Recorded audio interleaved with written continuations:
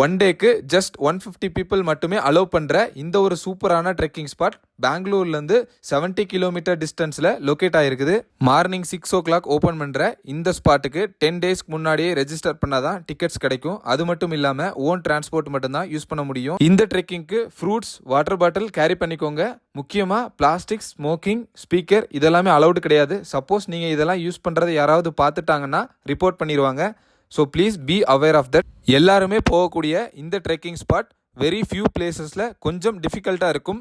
கொஞ்சம் ரிஸ்க் எடுத்து 4 kilometre trek பண்ணி மேலே போயிட்டீங்கன்னா டாப் வியூ அவ்வளோ அல்டிமேட்டாக இருக்கும்.